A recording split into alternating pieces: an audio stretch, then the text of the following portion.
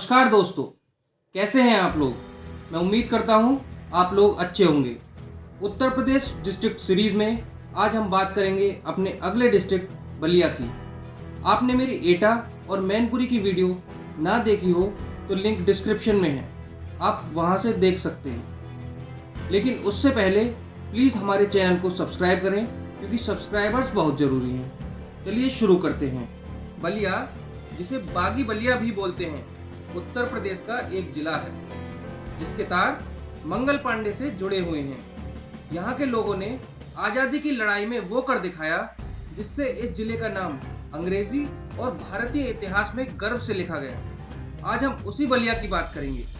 हाँ, ये वही जिला है जहाँ के चंद्रशेखर सिंह भारत के प्रधानमंत्री बने। शुरुआत करेंगे इसके इतिहास से। आज का बलिया जिला पहले प्राचीन काल के कौशल राज्य में आता था और गंगा नदी इस क्षेत्र की सीमा तय करती थी। पिछड़ी मुंडों और ढांचों की शिलाएं इस क्षेत्र के प्राचीन इतिहास की यादें हैं। खंडरों में बरेमैन और हनुमानगंज के पास के मोड़ मीरादी भी इसमें शामिल हैं, जो प्राचीन शहर के अवशेष हैं। और आप जानकर हैरान होंगे कि खैरादी, जो रासरा तहसील में स्थित है, उसे प्राचीन शहर भार्गवपुर का बर्बाद स्थल माना जाता है। यहाँ तक कि धार्मिक विश्वविद्यालय वाराणसी के आशीर्वाद से की गई खुदाई ने इस क्षेत्र में काली और लाल कलम की सभ्यता, जो 1450 से 1200 ईस्वी पूर्व की है, के अवशेषों को प्रकट किया है। इस अध्ययन ने विभिन्न स्थलों पर ऐसे अवशेषों की पहचान की है जो इस क्षेत्र में बसे हुए जीवन और सभ्यता का संकेत देते हैं। भूमपाड़दी, बिजुलीपुर, गोदावीरगढ़, लोबी का कटोपा, मीरादी, पक्का कोट और बैनागढ़ों जैसे स्थलों पर मिले अवशेष इस सभ्यता के विकास का प्रमुख संकेत हैं। यहाँ की एक गांवकारों की कथा बताती है कि श्री शिव जी ने कामदेव के प्रयासों पर नाराज होकर उन्हें इस स्थान पर भस्म किया था।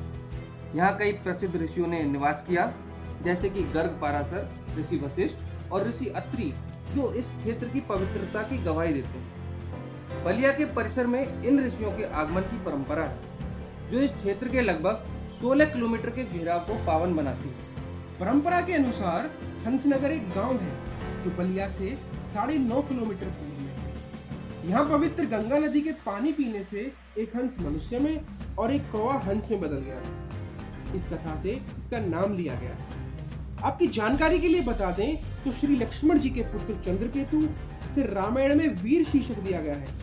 उन्होंने एक राज्य स्थापित किया जिसे मल्ल राज्य के रूप में जाना जाता है। 6ठी शताब्दी ईसा पूर्व में कौशला को 16 महाजनपदों में से एक के रूप में माना जाता था, जिसे महाशक्तिशाली राजा महाकोशला शासित करते थे। महाकोशला के पुत्र प्रसेनजित कोशला के सूर्य वंश के अंतिम महान राजा के रूप में विख्यात थे, जिनके शासनकाल में राज्य ने महत्वपूर्ण विकास किया। प्रसेनजित के पश्चात कोसला का राज्य धीरे धीरे पतन करने लगा और इस क्षेत्र का इतिहास गहरे अंधेरे में छिपा रहा। उसके बाद चेरू समुदाय ने यहाँ राज किया। फिर उसके बाद 4ठी सदी ईसा पूर्व में आया वह समय जब महापद्मनंद ने कोसला को अपने राज्य में शामिल किया। महापद्मनंद को पुराणों में क्षत्रिय जाति के विनाशकारी राजा के रूप में जाना जाता है। इसके बाद आया वह समय जब चंद्रगुप्त मौर्य ने नंद साम्राज्य का अंत किया और इस जगह को अपने कब्जे में लिया। इसके बाद चंद्रगुप्त मौर्य सेकंड और फिर हर्षवर्धन ने यहाँ राज किया। इसके बाद अनेकों राजाओं ने यहाँ अपने अपने शासनकाल में राज किया।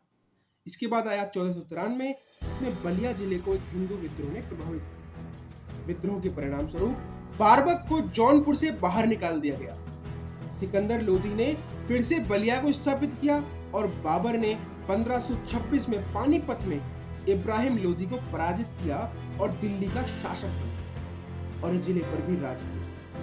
अब बात करते हैं आधुनिक काल की।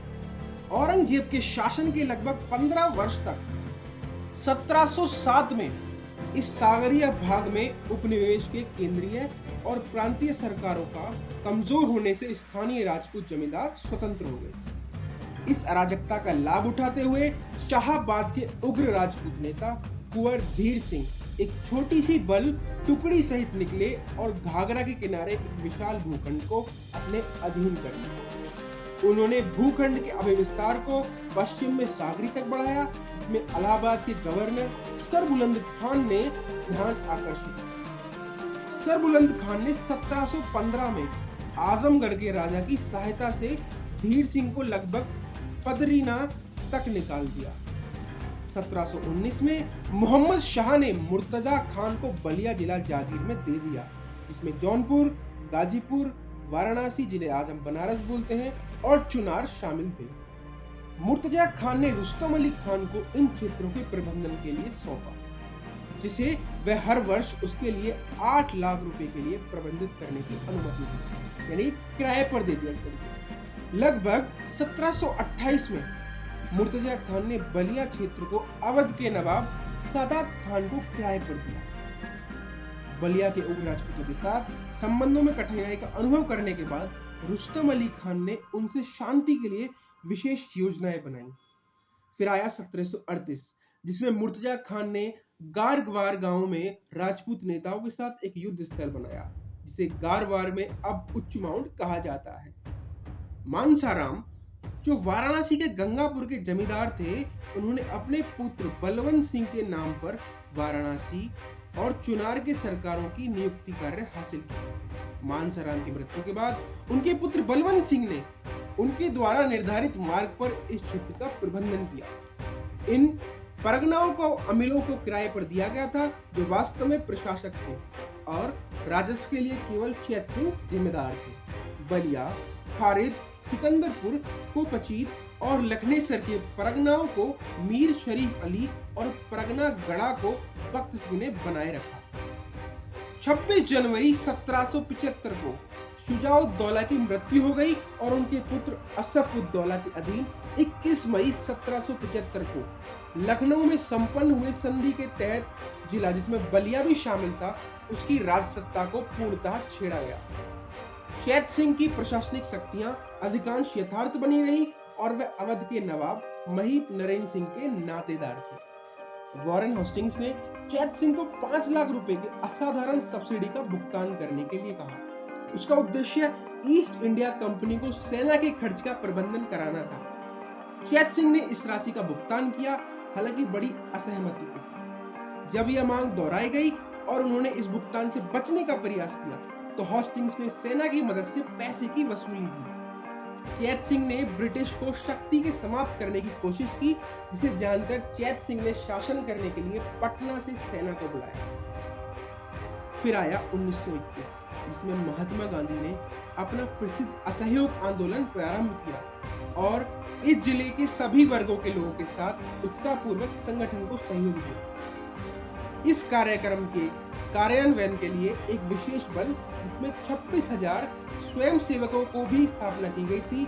बलिया ने तिलक स्मारक स्वराज कोष को 13,000 रुपए की धनराशि। रात्रि में स्वयं सेवकों द्वारा पैदल चौकी रखी गई, ताकि जनता के आंदोलन में समर्थन प्राप्त किया जा सके। जिले के हर कोने में सभाएं आयोजित की गई और बलिया, सहतवार, रसरा, डुमरिया और नगरा में बड़ी प्रक्रियाएं निकाली गई। शराब की दुकानों का धरना देकर तथा ताड़ के पेड़ों को कई काट दिया गया।